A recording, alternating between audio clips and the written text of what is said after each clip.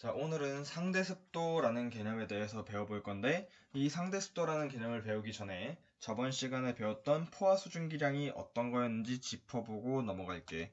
포화수증기량의 개념이 뭐였냐면, 정의가 뭐였냐면, 공기를 1kg을 준비를 하고, 그 공기 1kg 안에다가 물을 증발시켜서, 물이 증발되면 수증기라는 기체 상태가 되잖아. 수증기라는 기체 상태의 물은 우리 눈에 보이지 않아. 뿌옇게 보이는 게 아니고 아예 보이지 않아. 이 보이지 않는 수증기라는 거를 이 공기 안에 조금씩 증발시켜서 채워주는 거야. 이렇게 채워주다 보면 처음에 증발시킬 때는 보이지 않는 상태 이 수증기가 계속 공기 중에 들어갈 수가 있거든.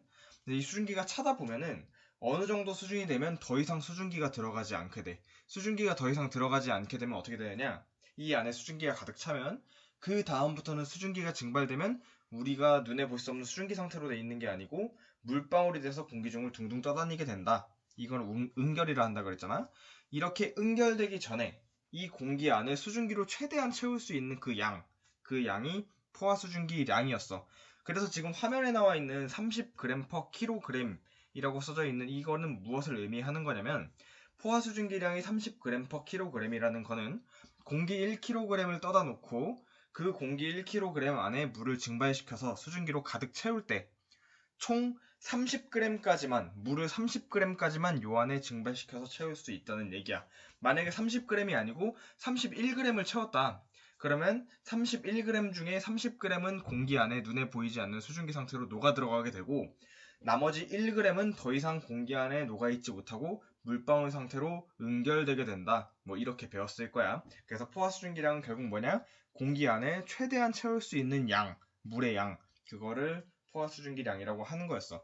자, 그러면 이번 시간에 배울 상대습도라는 개념은 뭐냐면 포화수증기량이 30g/kg이라고 쳤을 때 이건 온도에 따라 달라지는 거였지. 뭐 추울 때는 더 조금 들어가고 뜨거울 때는 더 많이 들어가. 근데 몇 도인진 모르겠는데 현재 포화수증기량이 30g/kg이었을 때 요 안에 수증기가 3g만 들어있었다 치자. 자, 그러면 이때의 상대습도를 어떻게 구하는 거냐면 이 비율을 얘기를 하는 거야. 자, 포화수증기량 최대한 채울 수 있는 양이 30인데 그 최대한 채울 수 있는 양인 30 중에서 현재는 딱 3밖에 안 들어있는 거야.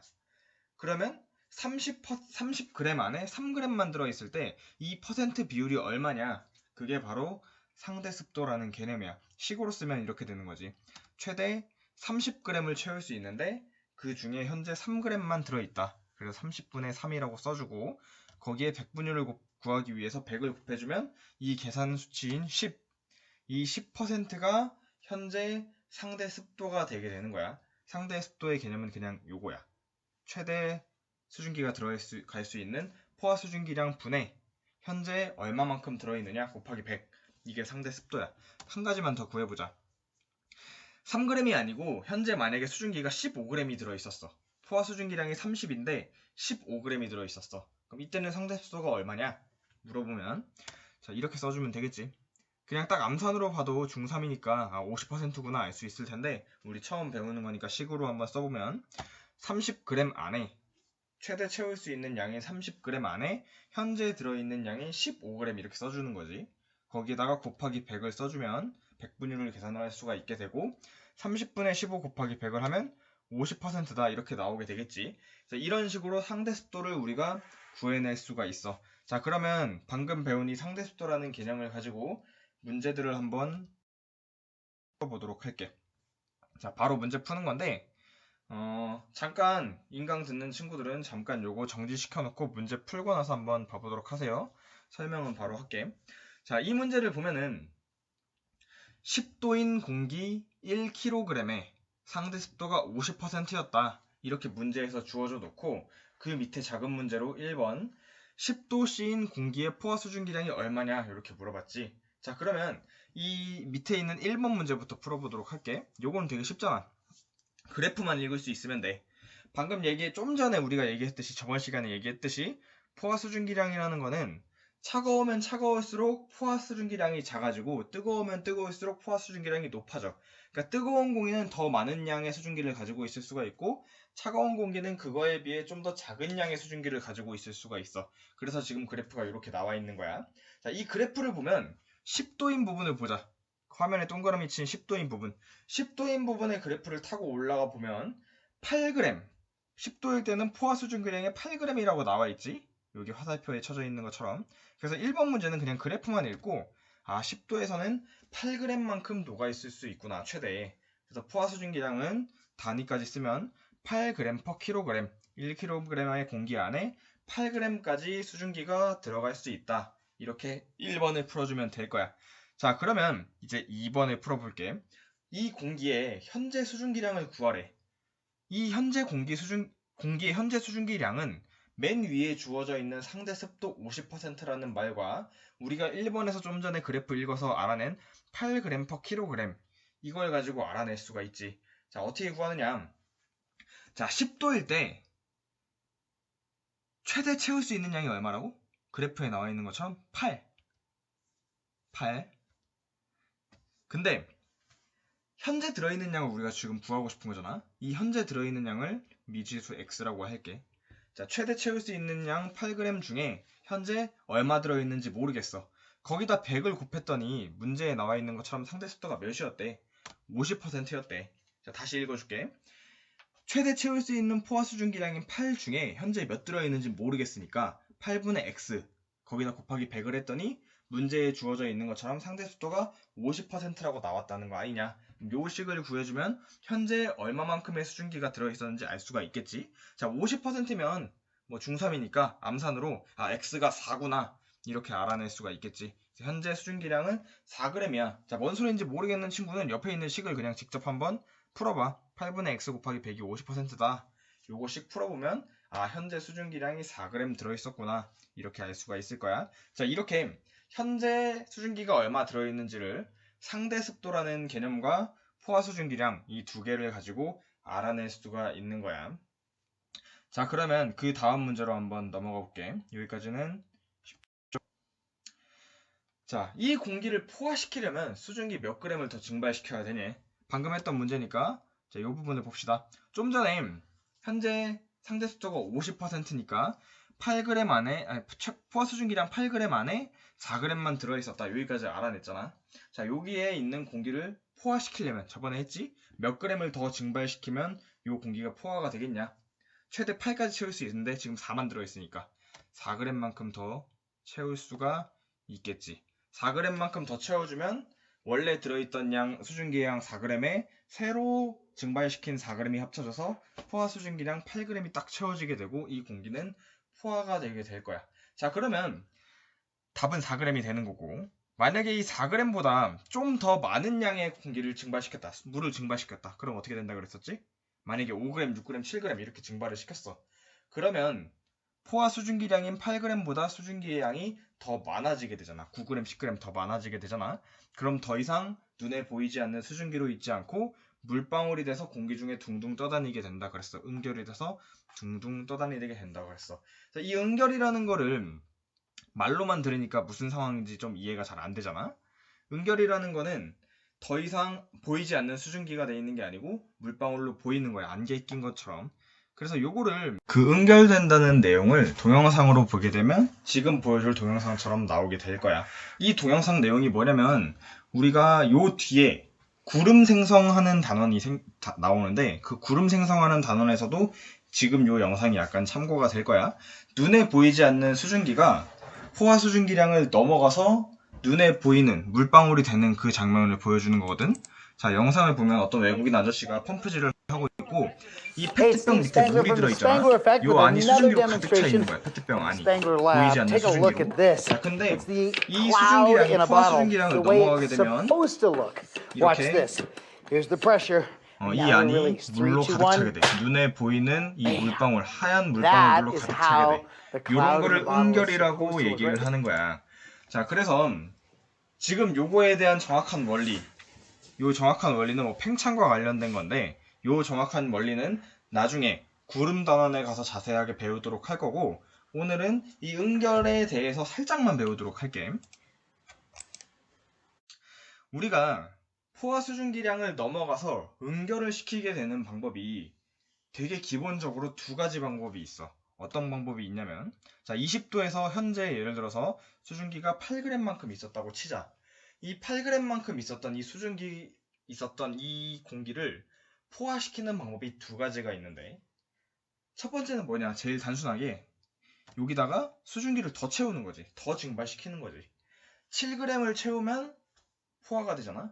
7g보다 더 많은 양을 채우면 포화를 넘어서 응결이 되기 시작할 거야. 그래서 첫 번째 방법은 방금 전에 했듯이 이렇게 수증기를 더 공급을 해줘서 포화 수증기량을 넘기는 방법이 있어. 그럼 좀 전에 봤던 것처럼 뿌옇게 응결되게 될 거야.